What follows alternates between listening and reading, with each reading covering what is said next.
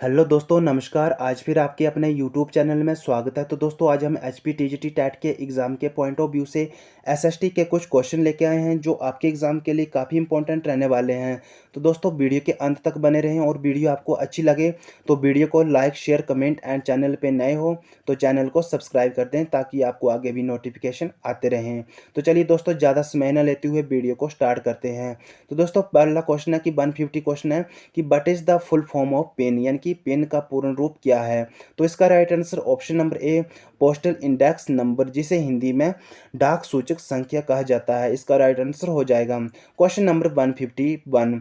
In 2013 Indian science Congress was held at, यानी कि 2013 में भारतीय विज्ञान कांग्रेस डैश में संपन्न हुई थी। तो इसका राइट आंसर ऑप्शन नंबर ए कोलकाता, इसका राइट आंसर हो जाएगा। और दोस्तों, इसकी जो 2013 में अध्यक्षता थी वो प्रधानमंत्री डॉक्टर मनमोहन सिंह जी के द्वारा की गई थी और इसकी जो स्थापना है वो 1914 ईस्वी में की गई थी। और इसका जो सम्मेलन है प्रतिवर्ष जनवरी के प्रथम सप्ताह में इसका सम्मेलन किया जाता है। और इसकी जो स्थापना का मुख्य उद्देश्य था वो था कि भारत में विज्ञान को बढ़ावा देना है। इसी के साथ question number 152, who is the author of the book the lowland, यानी कि दी लॉलैंड पुस्तक के लेखक कौन है। तो इसका right answer option number C Jhumpa Lahiri, इसका राइट आंसर हो जाएगा। झूंपा लाहिरी के द्वारा ही दी लॉलैंड पुस्तक लिखी गई थी। और किरण बेदी की बात की जाए तो इन्होंने फेयरलेस गवर्नेंस, ये जो बुक है किरण बेदी के द्वारा लिखी गई थी। और एपीजे अब्दुल कलाम की बात की जाए तो उन्होंने India 2020 a vision for the new millennium, ये बुक उनके द्वारा लिखी गई थी। और इसके साथ एक और बुक उन्होंने लिखी थी जो काफ़ी इंपॉर्टेंट है, कई बार एग्जाम में पूछी भी गई है, wings of fire and autography, यानी कि wings of fire and autography.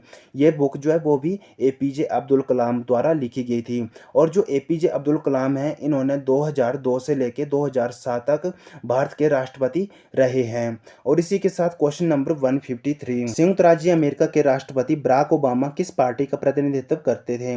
तो इसका right answer option number C के साथ चला जाएगा डेमोक्रेटिक, इसका राइट आंसर हो जाएगा। डेमोक्रेटिक पार्टी से बराक ओबामा जो थे वो संबंध रखते थे। उसके बाद डोनाल्ड ट्रंप जो थे वो भी संयुक्त राज्य अमेरिका के राष्ट्रपति बने थे और वो रिपब्लिकन पार्टी से संबंध रखते थे। और वर्तमान में जो यूएसए के जो राष्ट्रपति है वो है जो बाइडेन, जो डेमोक्रेटिक पार्टी से ही संबंध रखते हैं। इसी के साथ क्वेश्चन नंबर 154, यानी कि न्यायिक संदर्भ में सर्टिओररी का इच्छित उद्देश्य होता है। तो इसका right answer option number A निम्नतर कोर्ट ट्रिब्यूनल या न्यायिक प्राधिकारी द्वारा पूर्व पारित आदेश को रद्द कर देना, इसका राइट आंसर हो जाएगा। क्वेश्चन नंबर 155, मूलभूत या मौलिक अधिकारों के उल्लंघन के मामले में उच्चतम न्यायालय तथा उच्च न्यायालयों में जाने का अधिकार जाना जाता है।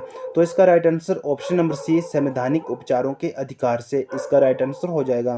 क्वेश्चन नंबर 156, नाम हैरी होदनी का संबंध किससे है। तो इसका right answer option number B जादू से, जादू से उनका संबंध था। इसी के साथ क्वेश्चन नंबर 157, संसद की प्रत्येक बैठक का पहला काल कहलाता है। तो इसका right answer option number B प्रश्नकाल, इसका राइट आंसर हो जाएगा। इनकी लोकसभा की बैठक में जो पहला घंटा होता है वो सवाल पूछने के लिए होता है, जिसे हम प्रश्नकाल कहते हैं। इनकी लोकसभा के जो भी सदस्य होते हैं वह सरकार के कार्यों पर सवाल पूछते हैं, जिसे हम प्रश्नकाल कहते हैं। और जो प्रश्नकाल के बाद का समय होता है उसे हम शून्यकाल कहते हैं। शून्यकाल इसलिए कहते हैं क्योंकि वह 12 बजे, दोपहर के 12 बजे से लेकर 1 बजे तक होता है और ये 12 बजे आरंभ होने के कारण ही इसे शून्यकाल कहा जाता है। क्वेश्चन नंबर 158, सिंधु घाटी सभ्यता स्थल लोथल कहाँ पर स्थित है। तो इसका right answer option number D Gujarat में, गुजरात के भाल क्षेत्र में ये जो स्थल है लोथल वह स्थित है। और भारतीय पुरातत्व सर्वेक्षण ने इस शहर की जो खुदाई थी वह 13 फरवरी 1955 से लेके 19 मई 1956 के मध्य की थी। और इसी के साथ अगर दोस्तों धौलावीरा की बात की जाए तो धौलावीरा जो है वो भी आपका गुजरात में स्थित है। और इसी के साथ सिंधु घाटी सभ्यता के और भी स्थलों की बात की जाए तो कालीबंगा जो है वो आपका राजस्थान में है। और इसी के साथ बनावली जो है वो हरियाणा में स्थित है। और इसी के साथ क्वेश्चन नंबर 159 क्वेश्चन बोलता है कि सिंधु घाटी सभ्यता के संबंध में निम्न में से कौन सा कथन सही नहीं है। तो इसका राइट आंसर जो है वो ऑप्शन नंबर डी कांस्य के बाद लौह दूसरी धातु बनी थी। इसका right answer option number D के साथ चला जाएगा। क्वेश्चन नंबर 160 बोलता है कि ऋग्वेद काल के दौरान यव क्या था? तो इसका राइट आंसर जो है वो ऑप्शन नंबर सी एक उपज यानी कि एक फसल है, जौ की एक फसल है, यानी कि यव जो है वो एक जौ की फसल है। इसका right answer option number C के साथ चला जाएगा। क्वेश्चन नंबर 161, निम्न में से किस वेद में तंत्र और मंत्र निहित है जिनके उच्चारण से अनिष्ट कर तथा रोगों को किया जाता है? यानी कि इसका राइट आंसर जो है वो ऑप्शन नंबर डी यानी कि अथर्ववेद के साथ इसका राइट आंसर चला जाएगा। और ऋग्वेद की बात की जाए तो दोस्तों ऋग्वेद में देवी देवताओं का वर्णन किया गया है, जिसमें प्रमुख देवताओं में अग्नि, इंद्र, सोम, वरुण, सूर्य, ईश्वर आदि का वर्णन किया हुआ है। और वेदों का दूसरा नाम जो है वो श्रुति के नाम से जाना जाता है, यानी कि वेदों का दूसरा नाम श्रुति है, श्रुति के नाम से जाना जाता है। और दोस्तों यजुर्वेद की बात की जाए तो इसमें यज्ञों के विधि विधानों व नियमों का वर्णन मिलता है। और सामवेद की बात की जाए तो सामवेद ऐसा मंत्र जिसके मंत्र गाए जा सकते हैं और जो संगीत में हो, यानी कि यज्ञ या अनुष्ठान और हवन के समय ये मंत्र गाए जाते हैं। और इसी के साथ क्वेश्चन नंबर 162, जैन मत में तीर्थ कर रहे हैं, तो इसका राइट आंसर ऑप्शन नंबर 24 तीर्थ कर रहे हैं। जैन धर्म में 24 तीर्थ कर रहे थे और पहला जो तीर्थकर था वो था ऋषभदेव, और ऋषभदेव ही जैन धर्म के संस्थापक थे। और जो 24वें तीर्थकर थे वो थे महावीर स्वामी, वो अंतिम तीर्थ कर रहे थे। और इसी के साथ क्वेश्चन नंबर 163, निम्न में से कौन सा बुद्ध का एक नाम नहीं है? तो इसका right answer option number C Vardhaman, Vardhaman इसका राइट आंसर हो जाएगा। और दोस्तों महात्मा बुद्ध की बात की जाए तो इनका बचपन का नाम जो था वो सिद्धार्थ था और इनका असली नाम जो था वो सिद्धार्थ गौतम था। और दोस्तों महात्मा बुद्ध की बात की जाए, महात्मा बुद्ध का जो जन्म था वो 563 ईस्वी में नेपाल के लुम्बिनी गांव में हुआ था और 80 वर्ष की आयु में उनकी 483 ईस्वा पूर्व कुशीनगर में उनकी मृत्यु हो गई थी।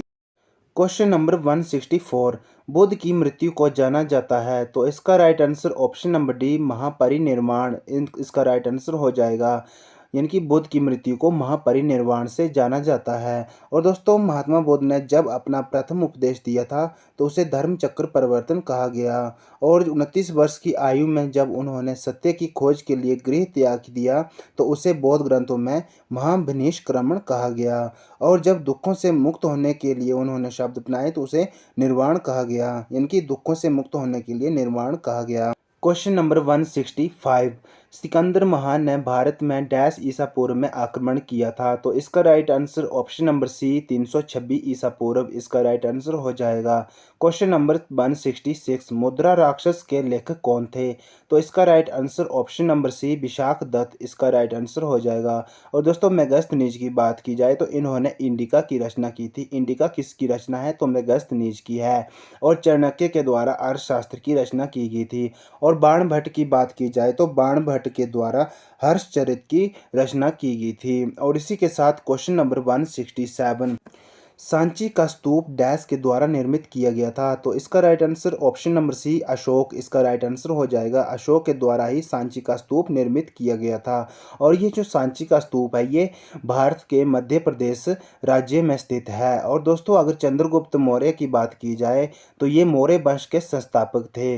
और हर्षवर्धन की बात की जाए तो प्राचीन भारत में एक राजा था ये, और जिसने उत्तरी भारत में 606 ईस्वी से लेकर 640 ईस्वी तक राज किया था। और क्वेश्चन नंबर 168, विक्रम संवत का प्रारंभ डैश ईसा पूर्व से होता है, तो इसका राइट आंसर जो है वो ऑप्शन नंबर बी 58 इसका राइट आंसर हो जाएगा। क्वेश्चन नंबर 169, हर्षचरित किसके द्वारा लिखा गया था? तो इसका राइट आंसर जो है वो ऑप्शन नंबर ए बाणभट्ट, बाणभट्ट इसका राइट आंसर हो जाएगा। क्वेश्चन नंबर 170, इलाहाबाद स्तंभ लेख के लेखक हरिसेन एक दरबारी कवि थे, तो इसका राइट आंसर जो है ऑप्शन नंबर सी समुद्रगुप्त के। जो हरिसेन थे वो एक दरबारी कवि थे, तो ये किसके कवि थे? तो समुद्रगुप्त के थे। तो दोस्तों ये थे आज के कुछ क्वेश्चन जो आपके एग्जाम के लिए काफ़ी इंपॉर्टेंट रहने वाले हैं। तो दोस्तों अगर वीडियो आपने पूरी देखी, अगर आपको ये वीडियो अच्छी लगी है तो वीडियो को like share comment and channel पर नए हो तो चैनल को सब्सक्राइब कर दें ताकि आपको आगे भी नोटिफिकेशन आते रहें। तो दोस्तों अब मिलते हैं नेक्स्ट वीडियो में, तब तक के लिए बने रहिए। धन्यवाद। जय हिंद, जय भारत।